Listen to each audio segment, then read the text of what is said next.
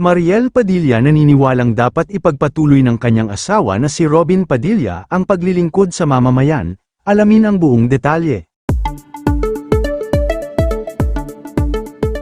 Sa pinakabagong episode ng podcast ni Senator Amy Marcos na Amy at You, hayagang ipinahayag ni Mariel Rodriguez Padilla ang kanyang buong suporta sa politikal na karera ng kanyang asawa na si Senator Robin Padilla.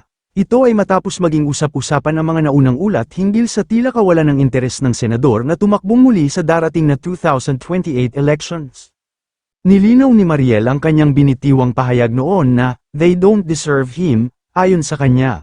Patungkol ito sa mga kritiko na walang tigil sa pagbato ng mga negatibong puna sa senador sa kabila ng tapat nitong layunin. Binigyang diin ni Mariel na mas matimbang ang boses ng mga nangangailangan, partikular niyang binanggit ang komunidad ng mga Muslim, mga katutubo, at ang napakaraming Pilipinong umaasa sa tulong at adbokasya ng kanyang asawa. Naniniwala si Mariel na, hindi pa tapos, ang misyon ng kanyang asawa sa selyo ng pampublikong serbisyo.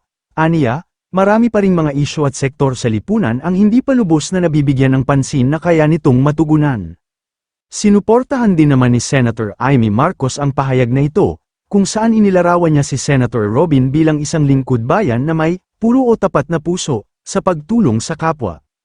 Sa madaling salita, ipinaparating ng pahayag ni Mariel na sa kabila ng mga pambabatikos, mas mananaig ang dedikasyon ng kanyang asawa na magsilbi dahil na rin sa tiwala at pag-asa na ibinibigay sa kanya ng mga sektor na kanyang pinuprotektahan. Umani naman ito ng halo-halong komento mula sa mga netizens. Well, ang aral dito ay kahit ano pa man ang kulay mo pagdating sa politika, mas maigi pa rin na magkaisa para sa ikauunlad ng ating bansa.